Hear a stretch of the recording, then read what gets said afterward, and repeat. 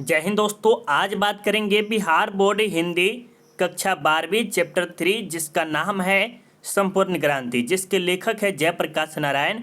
और आज इसका प्रश्न उत्तर कराने वाले हैं, तो आप इस वीडियो को शुरू से लेके अंत तक जरूर देखिएगा और आपको सबसे आसान भाषा में समझाएंगे। तो चलिए यहाँ से स्टार्ट करते हैं। और स्टार्ट करने से पहले मेरे दोस्त एक बात समझिए, यह जो वीडियो है बिहार बोर्ड के स्टूडेंट के लिए है, जो कि हिंदी 100 मार्क्स कक्षा 12वीं चैप्टर 3 जिसका नाम है संपूर्ण क्रांति, जिसके लेखक है जयप्रकाश नारायण, जो कि एक प्रकार के भाषण है और इसका हम आपको प्रश्न उत्तर कराने वाले हैं। ठीक है, चलिए यहाँ से स्टार्ट करते हैं वीडियो को। उससे पहले मेरे दोस्त, अभी तक आपने चैप्टर 3 जिसका नाम है संपूर्ण क्रांति, जिसके लेखक है जयप्रकाश नारायण, उसका आपने संपूर्ण हिंदी अर्थ नहीं देखे, जो कि आपकी एनसीईआरटी बुक है, उसका आपका मेन थ्योरी बताया गया है, तो वो जाके जरूर देखिएगा, जिसका लिंक आपको आई बटन में या तो वीडियो के डिस्क्रिप्शन में मिलेगा। वहाँ पर वीडियो के डिस्क्रिप्शन में आपको हिंदी प्लेलिस्ट के नाम से बना होगा, जिसमें चैप्टर 1, 2, 3 सब के सब वीडियो डाला हुआ है। ठीक है, तो जाके जरूर देखिएगा। अब चलिए यहाँ से स्टार्ट करते हैं। आज जो आपको क्या करेंगे, सब्जेक्टिव कराएंगे, या तो प्रश्न उत्तर कह सकते हैं, वो कराएंगे। उसके बाद आपको कल आपको ऑब्जेक्टिव होगा। चलिए, अब उसके बाद आपका चैप्टर कंप्लीट हो जाएगा। ठीक है, चलिए यहाँ से हम स्टार्ट करते हैं 1 नंबर से। और यहाँ कह रहा है कि आंदोलन के नेतृत्व के संबंध में जयप्रकाश नारायण के क्या विचार थे। आंदोलन का नेतृत्व किस शर्त पे वे स्वीकार करते हैं। देखिए, ये जो जयप्रकाश नारायण है, उस टाइम आंदोलन हुआ था। ठीक है, क्या हुआ था, आंदोलन हुआ था, और उसके विचार अलग थे, और ये किसी न किसी शर्त पे, मतलब कि इसका शर्त था कि मेरा यह शर्त पे हम ये स्वीकार करेंगे। तो इसका शर्त क्या था, इसके बारे में हम डिटेल में बात करेंगे। चलिए, अगर आप इस प्रकार उत्तर देते हैं तो आपको 2 या 5 नंबर कोई भी नहीं रोक सकता है। चलिए, उत्तर देखिए क्या लिखा है कि आंदोलन के नेतृत्व के संबंध में जयप्रकाश नारायण के विचार थे कि, विचार मतलब उसका अलग विचार था कि युवा पीढ़ी नेतृत्व करे। युवा पीढ़ी का मतलब क्या हो गया कि जैसे अभी भारत में क्या हो रहा है, कुछ न कुछ अग्निपथ का हो गया, ये कुछ न कुछ आंदोलन हो रहा है, तो उसमें किसका योगदान होना चाहिए, युवा पीढ़ी का, नहीं कि बुजुर्ग का नहीं, बूढ़ा बुजुर्ग का नहीं होना चाहिए। जैसे मोदी जी से हो गया, वो सब बहुत एज कर हुए, लेकिन इसका विचार था किसका, जयप्रकाश नारायण का, कि ये युवा पीढ़ी नेतृत्व करें। ठीक है, जयप्रकाश नारायण ने यूथ फॉर डेमोक्रेसी का आह्वान किया था। ये जो है आपसे पूछा भी जा सकता है, यूथ फॉर डेमोक्रेसी यह किसके द्वारा लाया गया था, तो हमारे ये जयप्रकाश नारायण के द्वारा लाया गया था। ठीक है, उनके अनुसार लोकतंत्र में युवाओं की भूमिका होनी चाहिए। मतलब लोकतंत्र जो अभी है भारत में, क्या है, लोकतंत्र है, तो उसमें किसकी भूमिका होनी चाहिए, युवाओं की होना चाहिए। जयप्रकाश नारायण का कहना है कि आप नई पीढ़ी के लोग हैं, देश का भविष्य आपके हाथ में है, आपके अंदर उत्साह है, शक्ति है, जवानी है, आप नेता बनने योग्य है। परंतु युवाओं का कहना है कि मार्गदर्शन से काम नहीं चलेगा, आपको नेतृत्व स्वीकार करना होगा। मतलब कि जैसे युवा हो गया ना, उसको जो है ना, ये जयप्रकाश नारायण बोले थे कि आप नई पीढ़ी के लोग हैं, मतलब कि नए जनरेशन कर सकते, मॉडर्न युग के लोग हैं आप सब। देश का भविष्य आपके हाथ में, जो देश के भविष्य है वो जो चल रहा है, आगे क्या होगा ये आपके हाथ में है। आपके अंदर उत्साह है, शक्ति है, जवानी है, आप नेता बनने योग्य है, आप में सब चीज़ है। ठीक है, परंतु युवाओं का कहना है, जैसे हम सबके युवा हो गए, उन सब का कहना है कि मार्गदर्शन से काम नहीं चलेगा। जयप्रकाश नारायण जो थे वो मार्ग देते थे, आपको नेतृत्व स्वीकार करना होगा, जो नेतृत्व दिए हैं वो स्वीकार करना होगा। लेकिन जयप्रकाश नारायण इसे टालते रहते थे। लेकिन इसका कहना था कि सबका बात सुनूंगा, लेकिन फैसला मेरा होगा, यही सभी को मानना होगा। और यही उनका शर्त था कि जो भी आप बोलिए, आप जो भी कीजिए, वो हम सुनेंगे, करेंगे, लेकिन करेंगे नहीं, शर्त मेरा रहा, जो बोलेंगे वो होगा, मानना होगा सबको। ये जयप्रकाश नारायण के थे। ठीक है, तो ये आपके बहुत ही इजी में आपको हम समझा दिए। अच्छा लगा होगा तो लाइक कर दीजिएगा, नहीं अच्छा लगा होगा तो मत कीजिएगा लाइक। ठीक है, चलिए देखिए, अगर एक बात और समझिए मेरे दोस्त, अगर आप क्लास 12th के स्टूडेंट हैं तो और ऑल नोट्स जैसे question bank, model paper, subjective, objective, जो भी चीज़ चाहिए आपको इस नंबर पे एक बार कांटेक्ट कीजिए, आपको ज़रूर मिलेगा। क्या नंबर है, 8578002739। इस पर एक बार कांटेक्ट जरूर कीजिएगा। चलिए 2 नंबर प्रश्न में देखते हैं क्या लिखा है कि जयप्रकाश नारायण के छात्र जीवन और अमेरिका परिवास का परिचय, इस अवधि की कौन सी बातें आपको प्रभावित करती है। देखिए, एक आम लड़का जिसकी जीवन में आर्थिक स्थिति बहुत ही खराब हो, ठीक है, और वो लड़का अमेरिका जाके पढ़ ले, वो असंभव बात होती है। जैसे आपके लिए अमेरिका जाके पढ़ना वो क्या है, असंभव है अभी मान लीजिए तो, और मेरे लिए भी असंभव चीज़ है। तो ये कैसे असंभव है इसके बारे में बात करेंगे, ठीक है। और ये जयप्रकाश नारायण तो पढ़े थे, और इसकी क्या बात आपको सबसे प्रभावित लगे, अच्छा लगे, ठीक है। देखिए क्या कर रहा है, छात्र जीवन। जयप्रकाश नारायण की प्रारंभिक शिक्षा घर पर ही हुई थी। प्रारंभिक मतलब कि जो शुरू शुरू में होता है, वो जो क ख से पढ़ाई होता है, वो शिक्षा कहाँ पर था, घर पर ही हुआ था। फिर बाद में पटना कॉलेजिएट में दाखिला हुआ। ये सब हम आपको पहले बताए हुए हैं, जब आपको हम संपूर्ण हिंदी बताए थे तो ये हम आपको पहले बताए हुए हैं। देखिए मेरे दोस्त, जिस भी जहाँ पढ़िए आप, ऑफलाइन पढ़िए ऑनलाइन पढ़िए, जहाँ पर 450 टारगेट लेके चलते हैं ना, तो सबसे पहले एक नियम होना चाहिए। सबसे पहले हिंदी का संपूर्ण हिंदी अर्थ पढ़िए, ठीक है। उसके बाद सब्जेक्टिव पढ़िए, उसके बाद ऑब्जेक्टिव पढ़िए। तो कोई भी चैप्टर से आपको हरा नहीं सकता कोई माई का लाल नहीं। इतना हम चैलेंज देते हैं, इतना बात बोल दिए कि अगर आप इस तरह से पढ़ते हैं तो कोई भी एग्जाम में कैसे भी प्रश्न पूछ ले आपको हरा नहीं सकता। क्या पढ़ना है, पहले पढ़ना है चैप्टर जो कि बुक है उसका पूरा का पूरा पढ़ लेना है। उसके बाद आपको सब्जेक्टिव करना है, उसके बाद ऑब्जेक्टिव करना है, उसके बाद लास्ट में आपका मॉडल पेपर, क्वेश्चन बैंक ये सब होगा, तब कर लीजिएगा। तो कोई भी आपको बोर्ड एग्जाम में अच्छा नंबर लाने से नहीं रोक सकता है, ठीक है। चलिए, दाखिला हुआ मतलब वे पटना कॉलेज में प्रवेश कर दिए। वे साइंस विद्यार्थी के छात्र थे। किसके, साइंस के विद्यार्थी थे। असहयोग आंदोलन के दौरान उसकी शिक्षा अधूरी होगी। असहयोग आंदोलन जब हुआ था उस टाइम उसकी शिक्षा क्या होगी, अधूरी, मतलब कि छूट गया था। बाद में बिहार विद्यापीठ से IAS की परीक्षा दिया। कौन सा दिया, बिहार विद्यापीठ से कौन सा परीक्षा दिया मेरे दोस्त, ऑब्जेक्टिव में पूछा जा सकता है कि जयप्रकाश नारायण ने बिहार विद्यापीठ से कौन सा परीक्षा दिया था, IAS की परीक्षा दिया। उस परीक्षा में उतरने मतलब कि ये अच्छा रंग प्राप्त किए थे, ठीक है। अब चलिए अमेरिका परिवार से। जयप्रकाश नारायण धनी परिवार के व्यक्ति नहीं थे। धनी परिवार का मतलब कि वे अमीर परिवार के व्यक्ति नहीं थे, ठीक है। वह एक साधारण परिवार के थे, मतलब कि एक छोटा मोटा घर के समझ सकते वो आदमी थे। जहाँ स्वामी सत्यदेव का भाषण सुना था कि अमेरिका में लड़के मजदूरी करके अपनी पढ़ाई कर सकता है। मतलब स्वामी विवेकानंद ने बोला था, सॉरी स्वामी विवेका नहीं, स्वामी सत्यदेव जी बोले थे कि लड़का जो है ना अमेरिका जाके पढ़ सकता है। कैसे, वहाँ पर काम धाम करके, ठीक है, करें। तो अमेरिका में लड़के मजदूरी करके अपनी पढ़ाई कर सकता है। तब वे 1922 में अमेरिका चले गए, जहाँ वे बागानों में, कारखानों में, लोहों के कारखानों में, जहाँ जानवर काटे जाते थे। अब सोच लीजिए कितना बदतर काम किए हुए हैं, जानवर काटे जाते हैं वहाँ पर भी काम किए हुए हैं। हम सब तो देख के हाथ हो जाते हैं। बकरी को काटता है तो चलता है, वहाँ पर भैंसों से काटेगा तो खत्म हो जाएंगे जैसे लगता है, ठीक है। तो ये हो गया। वे जहाँ रहते थे वहाँ 3-4 स्टूडेंट मिलकर रहते थे। मतलब कि जयप्रकाश जहाँ रहते थे वहाँ कम से कम 3 से 4 स्टूडेंट रहते थे। वह होटल में वेटर या बर्तन भी धोया करते थे। वेटर का भी काम, सोच सकते कितना बड़ा काम किए हुए, वेटर, बर्तन धोना। और रविवार को वे जूता पॉलिश भी करते। जूता पॉलिश सोच सकते कितना घिनौना काम करके पढ़ाई किए हुए हैं, सोच सकते हैं ना। इस प्रकार जयप्रकाश नारायण का विद्यार्थी जीवन बहुत ही कष्टपूर्ण रहा। उन्होंने मार्क्सवाद और समाजवाद की शिक्षा ग्रहण की थी। कहाँ से, अमेरिका से ही किया हुआ था, ठीक है। आपको ये कैसा लगा, ये हम मेरे ख्याल से सबसे इम्पोर्टेंट यही है। अगर प्रश्न देखा जाए तो सबसे ज़्यादा यही इम्पोर्टेंट है, और ये प्रश्न पूछा भी जा सकता है ज़्यादा, खासकर उम्मीद इसी से ज़्यादा है, याद कर लीजिएगा। चलिए आप देखिए 3 नंबर प्रश्न में कि जयप्रकाश नारायण कम्युनिस्ट पार्टी में क्यों शामिल नहीं हुए। ये जो कम्युनिस्ट पार्टी है उसमें शामिल क्यों नहीं हुए, इसके कुछ कारण होंगे। देखिए क्या कारण है,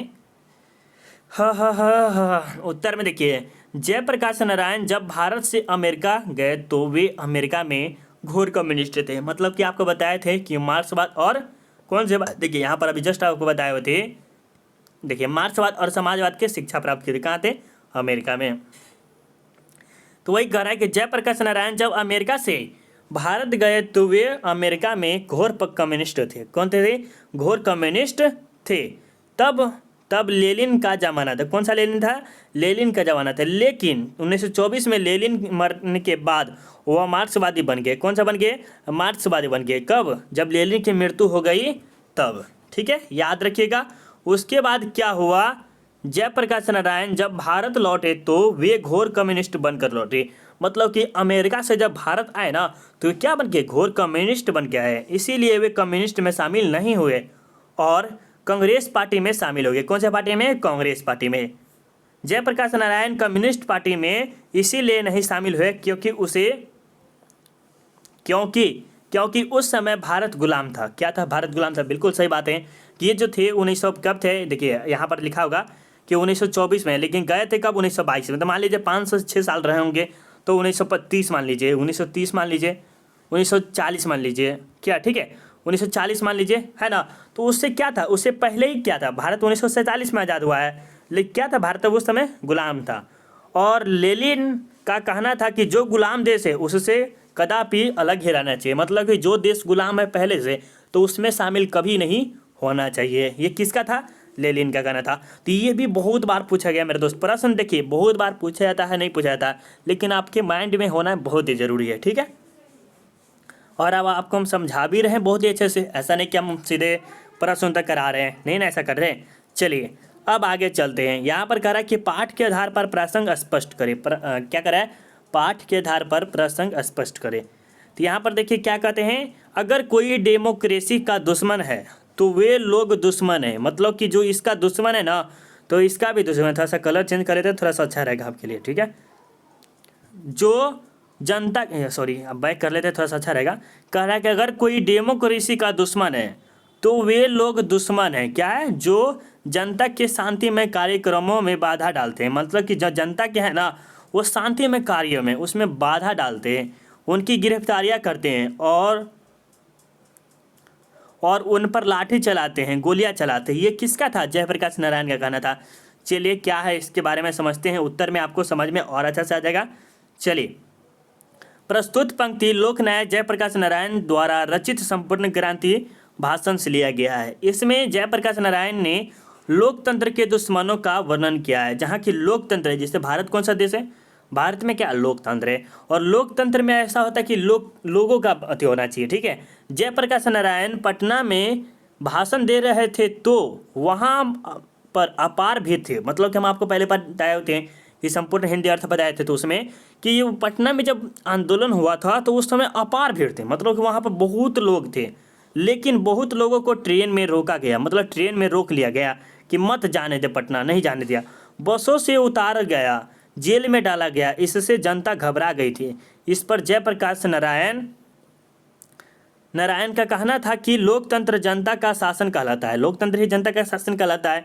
पटना लोगों की राजधानी है, यह देश भी जनता का है, मतलब बिल्कुल यह देश भी जनता का है, जिस पर पुलिस एवं प्रशासन शांति में जनता पर लाठियां चलाते हैं, वाह, गोलियां चलाते हैं, कार्यक्रम में बाधा डालते, और ये कार्यक्रम में बदल जनता इस डेमोक्रेसी को बदलना चाहती है। यह सिर्फ छात्र एवं युवा से ही बदला जा सकता है, और बिल्कुल यह सब जो है वह हमारे छात्र एवं युवाओं से ही बदला जा सकता है। तो ये अगर आपको कभी पूछेगा तो आपको 5 नंबर में पूछेगा। क्या नंबर में मेरे दोस्त? 5 नंबर में, ठीक है, याद रखिएगा। मेन रीजन ये होता है कि बहुत स्टूडेंट इतना नहीं दे पाते। यहाँ से लेके और यहाँ तक आपको सबसे पहले याद होना चाहिए कि प्रस्तुत पंक्ति लोकनायक जयप्रकाश नारायण द्वारा रचित संपूर्ण क्रांति भाषण से लिया गया है, जो कि आप इसमें जो जो जानते वो लिख डालिए, बस आपको 5 नंबर कोई नहीं रोकेगा, ठीक है। चलिए ख में देखिए क्या लिखा है, ये जो सब के सब आपके बुक से लिया गया, प्रश्न उत्तर कराया जाएगा पाठ के आधार पे है, ठीक है। चलिए, व्यक्ति से नहीं हमें तो नीतियों से गलत है, जो गलत नीतियां है उनसे गलत है, सिद्धांतों से गलत है, पॉलिसी जो है कार्यों से झगड़ा, जो कार्य गलत कार्य करते, रिश्वत लेते, उन कार्यों से हमें नफरत है। तो ये कैसे कहते हैं इसके बारे में देखिए, कह रहे हैं कि प्रस्तुत पंक्ति जयप्रकाश नारायण द्वारा रचित संपूर्ण क्रांति से लिया गया। आंदोलन के समय जयप्रकाश नारायण के कुछ ऐसे मित्र थे जो चाहते थे कि जेपी और इंदिरा जी में मेल मिलाप हो जाए, मतलब कि इंदिरा गांधी और जेपी में क्या हो जाए? मेल मिलाप हो जाए, अच्छे दोस्त बन जाए। इसी प्रसंग में जयप्रकाश नारायण ने कहा कि उनका किसी व्यक्ति से झगड़ा नहीं है, और उन्होंने कहा जयप्रकाश नारायण कि मुझे किसी से झगड़ा नहीं है, चाहे वह इंदिरा जी हो या अन्य किसी व्यक्ति से। उन्हें तो नीतियों से झगड़ा है, सिद्धांतों से झगड़ा है, कार्यों से झगड़ा है। जो कार्य गलत होंगे तो जो नीति गलत होंगी, वो जो सिद्धांत गलत होंगे, चाहे वह कोई भी हो, कोई भी करे, उसका विरोध करेंगे, और यही उनका कहना था, ठीक है। तो ये भी कुछ इम्पोर्टेंट पॉइंट था, याद कर लीजिएगा, याद हो गया होगा मेरे ख्याल से। चलिए अब आगे चलते हैं।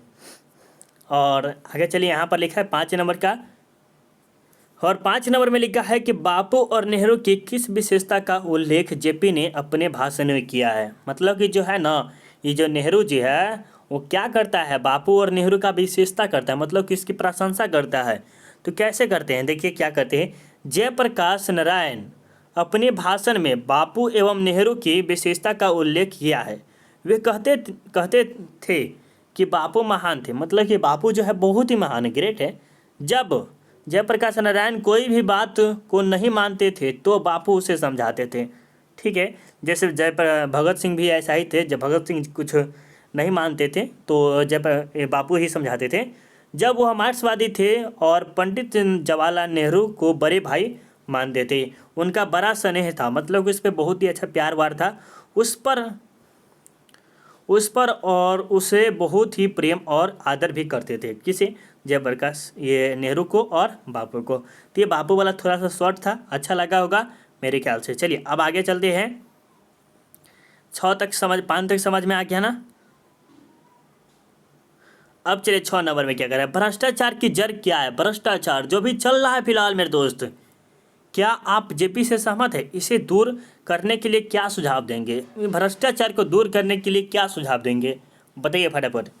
चलिए यहाँ हम बात करते हैं। जब भारत आज़ाद हुए उससे जयप्रकाश नारायण खुश नहीं थे। मतलब जब भारत आज़ाद हुए तो उससे जयप्रकाश नारायण खुश नहीं थे, क्योंकि जहाँ देखो वहाँ भ्रष्टाचार बढ़ता ही जा रहा था। बगैर रिश्वत दिए जनता का कोई भी काम नहीं होता था। शिक्षा व्यवस्था भ्रष्ट हो रहा था। इसे रोकने के लिए भ्रष्टाचार को दूर करना होगा। भ्रष्टाचार सरकार की गलत नीतियों से ही हटेगी। अब थोड़ा सा एग्जाम्पल समझिए। क्या हुआ 1947, अभी क्या चल रहा है 2022, ठीक है 2022 चल रहा है, राइट, या 23 भी कह सकते हैं, आपके हिसाब से थोड़ा मोड़ा कह सकते हैं, लेकिन 23 कहना उचित नहीं है। 1947, ठीक है, मतलब 1947 में भारत आज़ाद हुआ और 2022 अभी चल रहा है। ठीक है, अभी क्या हुआ, उस समय जो था भ्रष्टाचार कम था। क्या था, जब देश आज़ाद हुआ तो थोड़ा मोड़ा कम था। अंग्रेज ही लूटा करता था और देश के आदमी नहीं लूटा करते। लेकिन मेरे दोस्त अभी देखिए 2022 चल रहा है ना, और इसमें क्या होता है, बहुत ही भ्रष्टाचार है। जब आप ब्लॉक में जाइएगा ना, कुछ कागज़ पत्र का काम करवाइएगा तो वहाँ पर 500,000 दिए बिना आपको कोई भी काम जल्दी नहीं होगा। और आप भी क्या है, जल्दी में है, तो जल्दी में काम करवाना चाहते तो क्या कीजिएगा, पैसा दे के, रिश्वत दे के काम करवाइएगा जल्दी। और ये 100% बिल्कुल सही बात है, बिना रिश्वत के कोई भी काम अभी जस्ट नहीं हो रहा है अभी के युग में। आगे आने वाले तो और होगा कि नहीं होगा, ये अलग बात है। ठीक है, चलिए ये भी समझ में आ गया। अब ये दल विहीन लोकतंत्र और समयवाद में कैसे संबंध है, ये आपको देना है। ठीक है, चलिए 8 नंबर देखिए। संघर्ष समितियों से जयप्रकाश नारायण की क्या अपेक्षा है। संघर्ष समितियों से जयप्रकाश नारायण की क्या अपेक्षा है, इसके बारे में देखते हैं। ठीक है, जयप्रकाश नारायण का कहना था कि केवल शासन से ही संघर्ष नहीं करे, शासन से ही क्या करे, संघर्ष नहीं करे, बल्कि उनको समाज के हर एक अन्याय और नीति के विरुद्ध संघर्ष करना होगा। मतलब कि जो समाज में कभी कभी लड़की का अपहरण होता है, रेप होता है, उन सब पे क्या करना चाहिए, विरोध करना चाहिए सरकार को। वह अपने भाषण में स्पष्ट कर दिया कि वे संपूर्ण क्रांति चाहते थे। कौन, जयप्रकाश नारायण चाहते थे। यह संघर्ष सिर्फ लोकतंत्र के लिए नहीं बल्कि सामाजिक, आर्थिक एवं नैतिक क्रांति के लिए, संपूर्ण क्रांति के लिए कार्य करेगी। मतलब ये है वो हमारे लोकतंत्र के लिए नहीं बल्कि समाज में देखिएगा क्या क्या घृण होता रहता है। मतलब अभी भी देखिएगा तो बहुत कम होता है, बट अभी भी लड़की की इज्जत गांव में, समाज में बहुत ही कम माने थे। देखिए अगर लड़की जब 18 से 19 साल हो जाती है ना, 18 से 19 साल, 17 ही साल हो जाती है तो कहते शादी करने वाली हो गई है। ठीक है, गांव समाज में देखिए था। और लड़का 20-25 साल का भी हो जाएगा तभी बोलेगा नहीं शादी, हाँ उसको भी बोलता है, बट ऐसा नहीं बोलना चाहिए। उसे काम करने के लिए फ्रीडम देना चाहिए, राइट। चलिए ये अभी भी हो रहा है, बट आपके यहाँ पर हो रहा है कि नहीं ये हम नहीं कर सकते। चलिए जयप्रकाश नारायण के इस भाषण से आप अपना सबसे लोकप्रिय अंश चुनें और बताएं कि वह सबसे अधिक प्रभावित क्यों लगा। सबसे अच्छा भाषण क्या था, जयप्रकाश नारायण द्वारा दिया गया भाषण अनेक अंश है। देखिए क्या क्या है, इसमें है जवाहरलाल नेहरू अनुसार। जवाहरलाल नेहरू का कहना था कि स्वराज तो मिल गया है, स्वराज मतलब कि जो देश है ना वो तो मिल गया, लेकिन जनता को अभी न जाने मिल कितने दूर जाना है। आप पूछा जा सकता है अभी न जाने कितने मील दूर जाना है, किसे, जनता को। जाना होगा। स्वराज की प्राप्ति के लिए हजारों लाखों जवानों को कुर्बानियाँ दी है मतलब हजारों लाखों ने दिया है। संपूर्ण क्रांति जयप्रकाश नारायण द्वारा दिया गया भाषण अधिक प्रभावी थे। इसमें युवाओं का आह्वान किया गया था। किसमें? युवाओं, मतलब कि युवाओं का आह्वान किया गया। वो थोड़ा क्या हो रहा है, आह्वान किया गया। आज़ादी तो मिल गई लेकिन मंजिल दूर है, मतलब आज़ादी तो मिल गई लेकिन अच्छा सा पोजीशन और चीज़ें नहीं प्राप्त है। इस स्वराज के लिए देश की अनेक स्तर के लिए बलिदान दिया है, मतलब कि इसके लिए स्वराज के लिए बहुत ही बलिदान दिए हुए हैं। तो ये कुछ टर्म थे, याद हो गया होगा मेरे ख्याल से। चलिए एक और होगा, शायद ये लास्ट है, नहीं एक और है, दो है, ठीक है। अब यहाँ पर देखते हैं चुनाव, कलर चेंज कर लेते अच्छा रहेगा। चुनाव सुधार के बारे में जयप्रकाश जी के मुख्य सुझाव क्या है? उन सुझावों से आप उन सुझावों से आप कितना सहमत है? उन सुझावों से आप कितना % सहमत है? तो इसके बारे में हम देखिए बताते हैं आपको। क्या कह रहा है कि जयप्रकाश नारायण वर्तमान चुनाव पद्धति के विरुद्ध थे, मतलब कि जो वर्तमान में जो चुनाव ना हो रहे उसके विरुद्ध थे। इस चुनाव सुझाव में उनका नया विचार था। उनका कहना था कि जनता घिसे पीटे, मतलब कि जनता है ना वो घिसा पीटा हुआ है। उनकी परिस्थिति आम जनता को, आम मतदाताओं को केवल इतनी ही अधिकार प्राप्त है कि वह चुनाव में मतदान करे। मतलब कि जैसे है ना आम आदमी हो गया, उसे क्या है, मतलब कि बटन टिपना ही अधिकार है, ये कहने करते हैं आम अधिकार है, ठीक है। वह चुनाव में मतदान करे, लेकिन आजकल का मतदान न तो स्वतंत्र है, विजेता के बाद जनता पर कोई अंकुर नहीं होता है। इसे दूर करना बहुत ही ज़रूरी है। और आजकल का जो चुनाव हो गया है अपने जाति प्रथा पे ज़्यादा खास कर, और इसे धमकाना उमकाना ये थोड़ा सा कम है, बट जाति प्रथा पे ज़्यादा डिपेंड करता है चुनाव, ठीक है। चलिए अब ये लास्ट है 11वां प्रश्न कि दिनकर जी का निर्धन कहाँ और किन परिस्थितियों में हुआ था?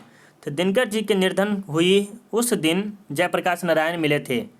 उसी दिन जयप्रकाश नारायण मिले थे, मतलब उसी दिन जयप्रकाश ने उसी रात में जेपी के मित्र रामनाथ गोयनका के घर पर मेहमान आए थे। मतलब रामनाथ गोयनका के यहाँ पर आए थे। रात को दिल का दौरा पड़ा, किसे?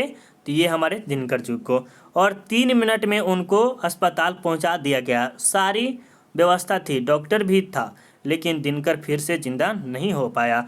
उसी रात उसका निर्धन हो गया, ठीक है। तो ये कुछ टर्म थे, याद कर लीजिएगा। अब यहाँ से एक बात फिर से हम रिवाइज करवा देते हैं मेरे दोस्त। देखिए एक बात थोड़ा सा और समझ लीजिए कि जैसे आपने चैप्टर 3 पढ़ा, थोड़ा सा और टाइम दीजिए 2 मिनट मेरे दोस्त। चैप्टर 3 पढ़ा और उसका क्या पढ़े? प्रश्न उत्तर पढ़े। उसका क्या पढ़ेगा? ऑब्जेक्टिव पढ़िएगा, ठीक है। हम बोलते हैं स्टूडेंट को कि टारगेट क्या रखिए? 450 450 नहीं आएगा, 400 आएगा। इतना तो टारगेट, अगर 450 टारगेट रखते हैं तो हार के तो 400 इसका किसी का रोक नहीं सकता। क्यों? कैसे नहीं रोक सकता है? सबसे पहले चैप्टर लीजिए, बुक लीजिए, उसका पहले आप फुल संपूर्ण हिंदी पढ़िए। तो संपूर्ण हिंदी, उसका सब्जेक्टिव पढ़िए, उसके बाद ऑब्जेक्टिव पढ़िए। इन सभी का वीडियो अगर आप देखना चाहते हैं तो वीडियो का लिंक यहाँ पर आई बटन में मिलेगा, या तो वीडियो के डिस्क्रिप्शन में मिलेगा। क्या मिलेगा? वीडियो के डिस्क्रिप्शन में। अब चलिए हम आपको PDF कैसे दे सकते हैं उसके बारे में बात करते हैं। तो PDF देने के लिए बात रुकिए हल्का देर। अगर आपके भाई बहन दोस्त क्लास 10th में गए तो उसे RDX सेल्फ स्टडी के बारे में ज़रूर बताइएगा। अब चलिए आपको PDF चाहिए ना, तो देखिए अगर आप 12th क्लास का ऑल नोट्स चाहिए, मतलब subjective, objective, model paper, question bank, सभी के सभी ऑलरेडी चाहिए, तो आपको इस नंबर पे संपर्क करना होगा। बस आपको कुछ थोड़ा सा चार्ज देना पड़ेगा, ठीक है। और अगर आपको सिर्फ ऑब्जेक्टिव चाहिए तो टेलीग्राम पे जाकर सर्च कीजिएगा self study with Kundan Kumar, तो वहाँ पर आपको डाल दिया जाएगा, ठीक है। चलिए मिलते हैं अगले वीडियो में। जय हिंद, जय भारत।